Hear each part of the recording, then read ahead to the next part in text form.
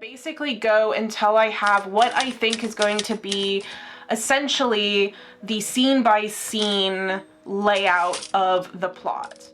I'm at about 96,000 words plotted out at the moment. Good morning. I'm using a new microphone on the camera. What do you think? We're gonna see how it goes. Today is another submarine day.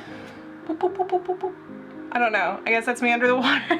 Today I'm in a bit of a pickle of trying to figure out what to do because I've got laundry going, which I probably should have decided before I put laundry to go, and I've got some bread going, but I have been very restless lately, so there was a part of me that was thinking about doing maybe like a 2 cafe hop. Nothing like crazy, just like 2 cafes. But I'm wondering now if that's too much time outside of the house when I've got like things bubbling. Let me update you before we do that on where we are with Project Submarine. So for those of you who are new to Project Submarine, hi, I'm Vivian. I'm normally a nonfiction writer, but I'm dabbling in the fiction space. This is the new novel that I am working on. The novel is a dark academia meets steampunk horror ghost story / mystery. That's what we're working with. I have basically worked out the basic logistics of plot. I've got basically the bare bones of a synopsis. I realized last night that I need to add another 2 characters for it to give balance and make sense and for good juxtaposition thematically, that kind of thing. Today begins what is going to be basically the creation of the more detailed actual plot. Basically go until I have what I think is going to be essentially the scene by scene layout of the plot. At that point, I take those and I put them into an actual spreadsheet of scene lists and then a brief kind of 2 to 3 sentences of what happens in the scene. And that's when I feel comfortable writing, is once I have that spreadsheet. I think this is the nonfiction writer in me. I like to have all of my research done. I like to have my outlines. I like to have my notes on my readings and how it relates to the thing that I'm writing.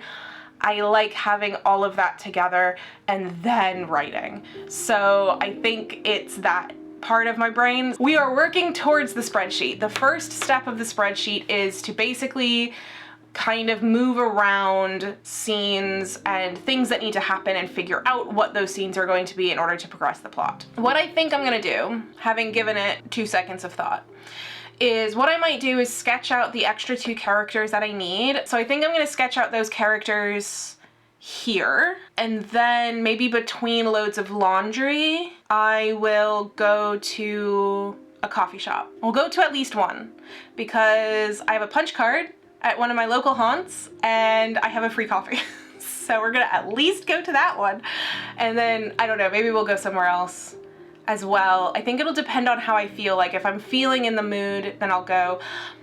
I've just been really restless lately, and I don't know why. I've just been restless in like every form. I've been going on walks like in the middle of a weekend. I don't normally do that. I don't normally leave the house on a weekend. I barrel under pillows and blankets on the couch, and that's where I nest for 2 days. But for like lately, I've been like needing to go out. I've been needing to do things. I've been needing to go on walks and move.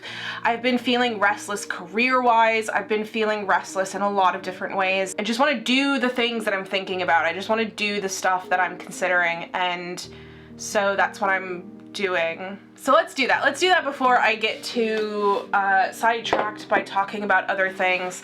Let's do the characters first, just so I have names to deal with when I'm doing the scenes, and then I am gonna leave, I think, to do the scene list. So we'll just see what happens. How's that?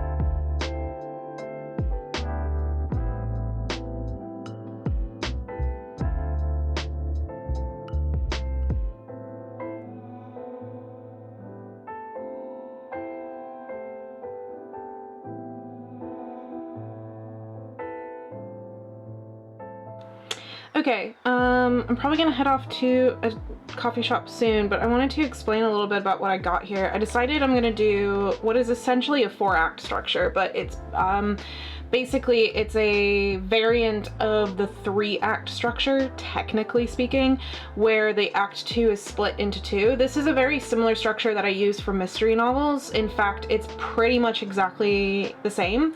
So horror novels also follow this structure because a lot of horror novels are in their essence a form of mystery. But anyway, so the 4 acts are, you have the onset, so this is the discovery of the monster, the introduction of the characters and setting and all that kind of stuff. You're giving stakes, you're giving explanation, you're doing all that kind of stuff. Discovery is when you're starting to gather all of the information about the monster or the horror or whatever it is that you are dealing with. And then confirmation is when you start actually putting kind of everything together. So all of those desperate parts you're putting together. And then the confrontation is the final confrontation with the monster or the horror. This is particularly working well with monster stuff. This is a ghost story, so I think it's going to work the same way.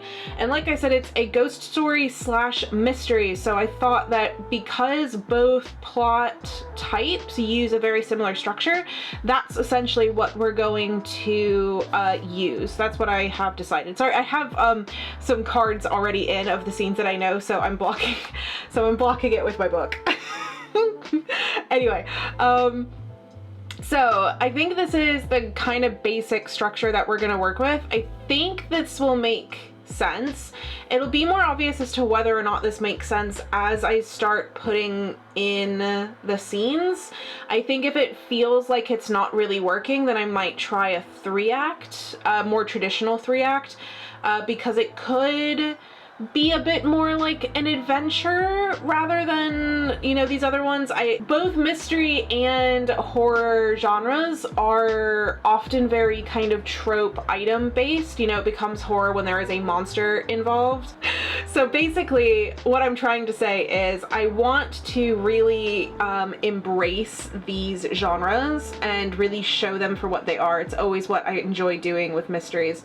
So we're gonna try going with this structure and we're gonna see what happens. All right, hopefully my bread will be fine. This is, oh, that fell off. This is gonna be sourdough bagels, but this one is reaching the top of the bowl. I normally have it in a much bigger bowl, so I think it's fine, but we might have to come home between coffee shops if we're gonna go to 2 of them, because I don't think that one's gonna last very long. But anyway, let's go!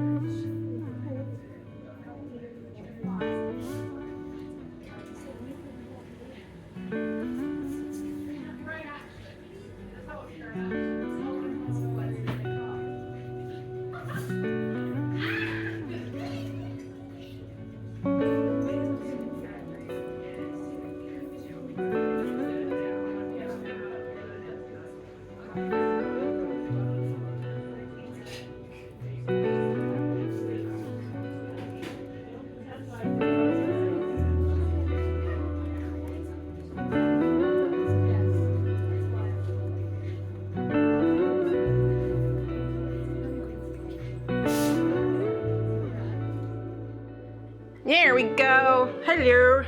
All right, I'm back home temporarily. We'll see if I stay. I have dealt with bread temporarily again. I have to go back and do it in a second. They're just resting for just a hot minute. But let me update you on what I did at the coffee shop. I work under the assumption that a scene has an average word count of 1,500 words. So working on that number, I have about 70,000 words plotted. I know that's kind of a rough way of saying it because it's just scenes. But basically that means I have 35, I have 47, yeah, I've got 47 scenes kind of sketched out.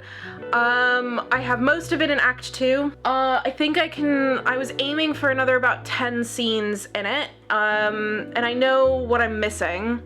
Basically, there's 2 primary mysteries that my main character is working on. I've done a lot of work sketching out one of them, and I haven't really done enough work sketching out the second one. So that's probably what the other 10 scenes are going to be, is kind of throwing in between all of the other ones that I currently have, essentially the second mystery kind of leading up to it. Now, again, before anyone gets mad at me in the comments, 1,500 words is my average assumption. So basically, I know that there's going to be scenes that are going to be much, much bigger than 1,500 words, and I also am going to have some scenes that are smaller than 1,500. I don't aim for 1,500 when I write a scene. I aim for the scene to feel good and to feel complete. The reason why I work on a word count assumption is so that way I know whether or not I'm essentially making the book too big or if I'm making it too small. I find this is really useful because sometimes you get caught up in certain aspects and you forget that you need to include breath scenes. You're going to have a really short book. I need to go roll up some bread dough rolls and finish up laundry. I've got one more load to do. So what I might do is, I also can't really leave the house at the moment until that bread is done. It's at that point where it's just too, like, it's gonna go in the oven soon and I can't leave while it's in the oven for obvious reasons. So I'm probably gonna be staying here at least until the laundry and the bread are both finished. So I think we'll do that. I'll just work down here in the living room because that's just where my brain is at. I will be honest, I thought this was gonna take me 2 days worth of work to do, and I don't think it will. I'm progressing with this, the planning of this, way faster than I thought I would. It's not taking up as much time as I thought it would, which means that I might be able to get started on writing much sooner, which is good. I might be able to, if I can start writing early, I might be able to finish the rough draft by the end of December, which is crazy to think about because it's currently July. I'm not going to rush for it, but it would be really cool. Anyway, I gotta go deal with stuff and then we'll keep doing some plotting. Just more of the same is basically it.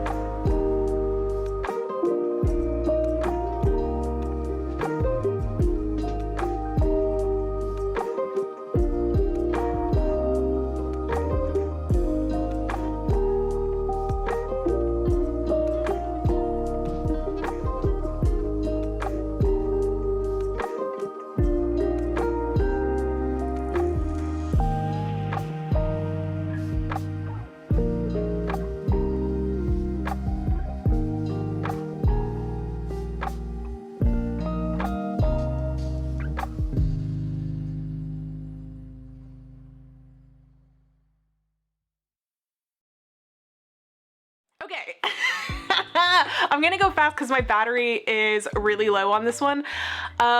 So basically all of the laundry's done and the bread is done. I have to do washing up. I'm gonna do it later because I'm getting kind of excited about where I'm at. I'm at about 96,000 words plotted out at the moment. So I am craving something sweet, which to be fair is pretty much a consistent craving for me, but we're gonna indulge it this time. We're gonna go out to a coffee shop again and we're gonna get a little something to eat as well as a drink. And we're going to start in on the scene spreadsheet. And I'm also going to do a chapter breakdown, which I don't normally do. I'll explain that maybe in my outro, but I think that's what we're gonna go ahead and do, is work on a scene list. Oh my god, this is progressing so fast, but I'm so excited.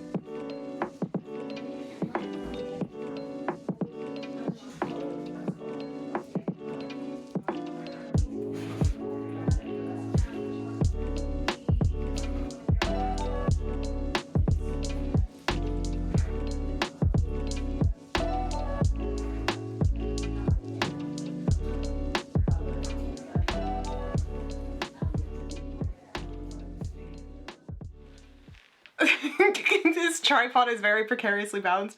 I'm gonna take a photo of it because you have to see what's going on here. Okay.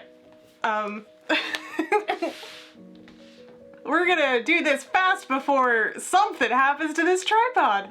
Okay, so it is, just to recap a little, I haven't been giving you the time throughout today, I recognize. It is 4:20. Basically we are, I think I'm like 40 scenes into the spreadsheet. I have left a lot of the like setting information. I've left a lot of it blank because, well, okay, so here's the thing. I'm thinking that a lot of the stressor of the horror element is the fact that they are in an enclosed space, and a lot of the book takes place on the submarine, so enclosed space, small amount of people, shit's going down, that's scary. So I'm thinking that I might not keep track of day and time because I feel like they would lose track of day and time. Does that make sense? I have reached a point in Act 2 where I kind of jump the gun. So basically they, you know, something happens and they decide something and then it kind of jumps to the next big event. So I think I need, and it's like a completely different location. So they're off the submarine and decide something, then they go back onto it. So they've taken a break from it for a little bit.